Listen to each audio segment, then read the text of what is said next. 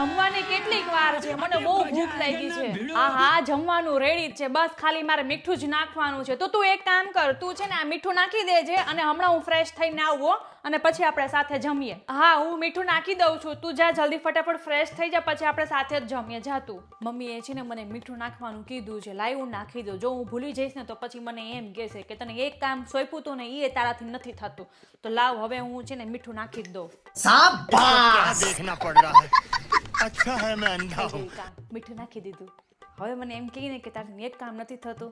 આજે તો હું સાબિત કરીને બતાડીશ કે મેં નાખી દીધું છે મીઠું. આય તે મીઠું નથી નાખ્યું?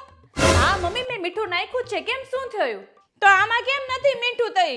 તમે એમાં થોડું કઈ મીઠું નાખ્યું છે. તે એવું કીધું તું કે તું મીઠું નાખી દેજે, એટલે મેં તો કચરાપેટીમાં નાખી દીધું. જા જોઈએ તું.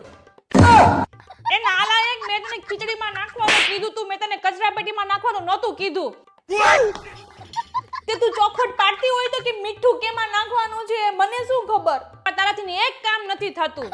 જા હવે લઈ આ કરીને દુકાનેથી મીઠું. મને ખબર નહીં તું હારે જઈશ ને તો હું થાહે તારું, મને તો ઈ જ નથી ખબર પડતી. માતાજી સુખી રાખે યાર. આ ઘા સહન નથી થતા હવે.